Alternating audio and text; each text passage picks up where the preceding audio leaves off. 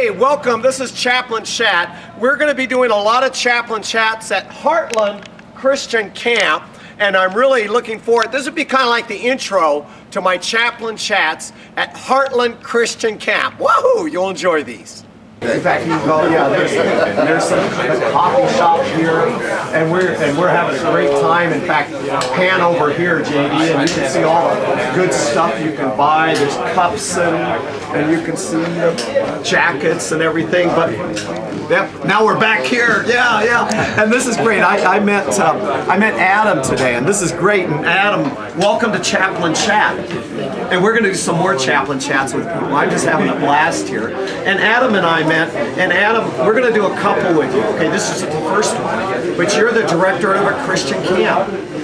Now, see, you've got to speak a little loud because, and what Christian camp is it? It's Emmanuel Heights Camp and Retreat Center. And where is it? Over near San Luis Obispo. Okay, we're going to do one on that. But Adam, I am so impressed because you have, how many kids? I have 4, and number 5 is on the way. Oh, number 5's on the way, and you and your wife have been married for how many years? Almost 14.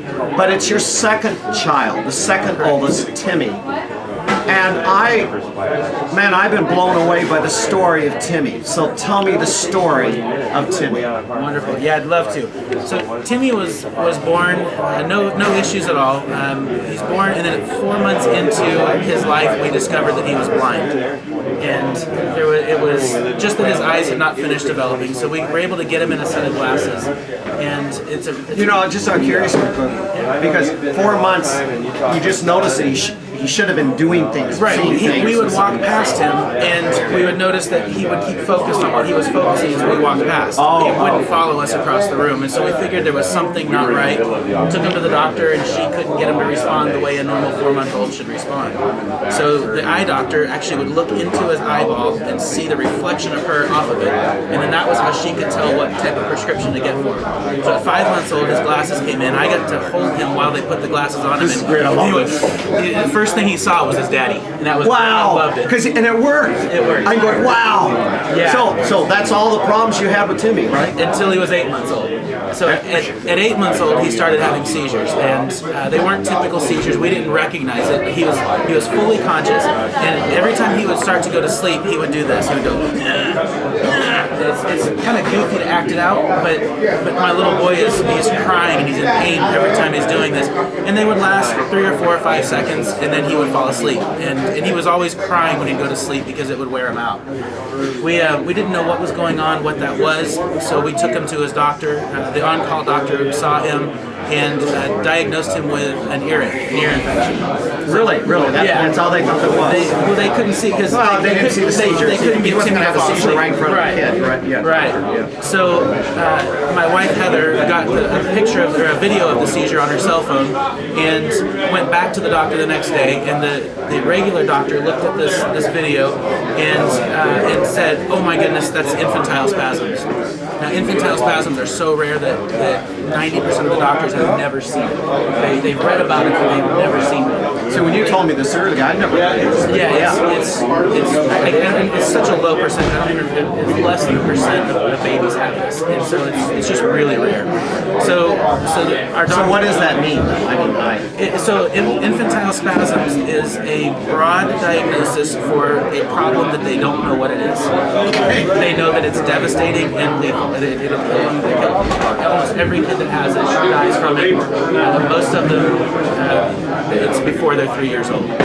And so this is the news that we were just given, that our 8-month-old son is not going to make it to his 3rd birthday. Because the one side of the brain's not connected with the other side. We didn't know that at the time. Oh, I'm sorry. Okay, jumping ahead. His neurologist, we ended up getting into a neurologist, and she ran all these brain scans and did all these tests, and got the results in on the end of a week, Friday or so, I'm not sure what day it was. On that Sunday, Timmy started having seizures that would last 3, 4, 5 minutes long. And so we took him to the emergency room. And while we're at the emergency room on the Sunday, his neurologist shows up and brings the results of the test. And she shows them to us, and the left side of his brain and the right side of his brain were not connected. There's brain damage in the middle. And she asked us, was Timmy ever starved of oxygen? Was he dropped? Was there anything that could have caused this physical brain damage? And everything had been perfect. We had no idea what it could have been. And we told her no. So yeah, that was how we found out what it was. She told us to go home and look up a whole bunch of different things, and everything that we looked up told us that Timmy was going to die before 3 years old. Now there's a place, you're in San Luis Obispo, correct? And you're construction guy, and I want to jump ahead of the game, but somehow along the line, there is a place, was it UCLA? Right. So there's a 7-month wait to get into UCLA, but UCLA has a team of specialists that all they do is study infantile spasms. Wow. That's where we needed to get to, and the 7-month wait was longer than we felt like we had. So I was in construction, I hired a bunch of guys to run the job sites. I would go in the morning to the job sites, check in on everybody, and then I would drive door to door in the neighborhood from where the last job site was, and I would knock at every door and ask them to pray for my little Wow, kids. even if you didn't know them, you just pray for my kid. Every random stranger was somebody that could pray. Wow. So, and I believe in prayer. So Well, obviously. that was what we did. Whether they believe it, just pray. Doesn't matter if you believe in God, just pray. Just pray, and we had opportunities to share about God with us as well. So everybody that we know is praying. Everybody that we don't know is praying. We can tell them to pray. We're asking them to pray, and this went on for a week or so. The first week, and it started out praying for Timmy to be healed, but also that we could get into UCLA. And Timmy's neurologist happened to be a former student on that research team, and she called us and told us that she pulled some strings and Timmy could get into the hospital if we could get him there that day. Okay, so your wife you stay back because you still got the construction things on your... And I have an older son, a 2-year-old son that I'm taking care of. Your dad's helping and all this taking stuff. care of. And so now she's back there running all the tests and everything. But now you have another prayer that you're getting out. What's the other prayer are you asking people to pray for? When Timmy got admitted down to UCLA, we changed our prayer. I had been watching a TV program and watched the story, a reenactment of the little child that the disciples prayed over, and they couldn't pray the seizures out. Jesus says to them that this one comes out by prayer and fasting. So we've got a team of people in Bakersfield all around the country that we're in contact with on a daily basis with prayers, and we tell everybody this is the prayer we're praying right now. That the doctor will walk in with they ran all new tests at UCLA. So we're praying that the doctor will walk into the room with the old test and the new test. He'll look at them, he'll look at my wife and say, Mrs. Reed, we can't find anything wrong with your son, you can go home. So that's the specific prayer. Everybody's praying that exact prayer. We gave them the wording to pray. Wow, verbatim. This is what you're going to do. This is it. You can add anything else you want, but get this that is in our there. prayer. So we've got these teams praying all over the place, and I get a call from Heather on Thursday. When did you start the prayer? Tuesday. Okay, Thursday she calls you. Thursday, Heather calls me and she tells me they got the results in, that she met with the doctor, and I said, wait, stop. Tell me exactly what happened, exactly what he said. She said he walks in, he's got the old results in one hand, the new results in the other hand. He looks at them, he looks at her, and he says, Mrs. Reed, we don't understand it. We can't find anything wrong with Timmy. You can go home tomorrow.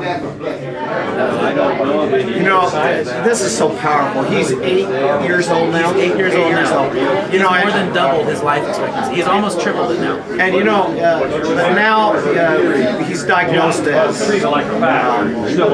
We have so for the next 2 years after that miracle, he's developmentally delayed. So for 2 years, we went back down to UCLA almost monthly for another set of testing. They were determined to find what was wrong, what is wrong with Timmy. So we'd go down there and they'd run a test and they'd call us and say, yeah, he has this disease. And we would spend a few minutes at first. We'd spend a few minutes being mourning and being sad. Then we'd start praying again. And usually within a few days, we'd get another phone call from the hospital, and they would say, we misread the results. He doesn't have them. Every single one of them. After 2 years, we got tired of it, so we stopped going down there. And we're still getting different diagnoses from different doctors. And the bottom line is, he's developmentally delayed. They can't find anything. You know, Adam, the other thing we talked about, and how do you do it? what for you and Heather, and you love all your kids. I know. I mean. Oh yeah. But right now in your life, what is Timmy doing for you and Heather in your life right now? He has changed our life completely. We had dreams when we first got married. We had dreams of what our life was going to look like. We were a perfect family. family. We're gonna raise our kids, send them off to get married. We're gonna go enjoy retirement and travel, and we spent a little bit of time mourning the loss of that too. But then we realized the joy that Timmy brings to us and the stories that we get to tell.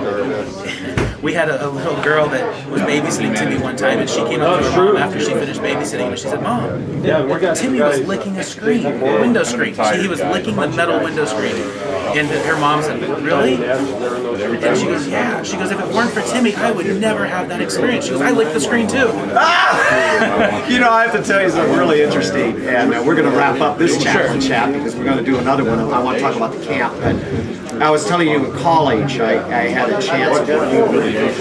Well, back then we called them camps for mentally retarded. Bad name, but that's what we called it back then. And I gave a speech. So you look at it. I was on a speech team in college, and my big wrap up at the end is, man, when you're with those camps, they gave you so much. They loved you so much, unconditional love. And at the end of the camp, I would say, you know, when you compare, at the end of the speech, I would say, you know, when you compare their world with our world, which world is yours? They showed unconditional love. Adam, I want to thank you. This is awesome. And here's how we're going to sign off Chaplain Chat. We'll do another one. All right. I'm going to say I want to thank you guys for watching. And Adam, I'm going to say I want to thank you for being here. You just get to say Chaplain Chat, but not yet. Okay. Are you ready for this? Guys, I want to thank you for watching. And Adam, I really do want to thank you for being on Chaplain Chat. Whoa! Very good.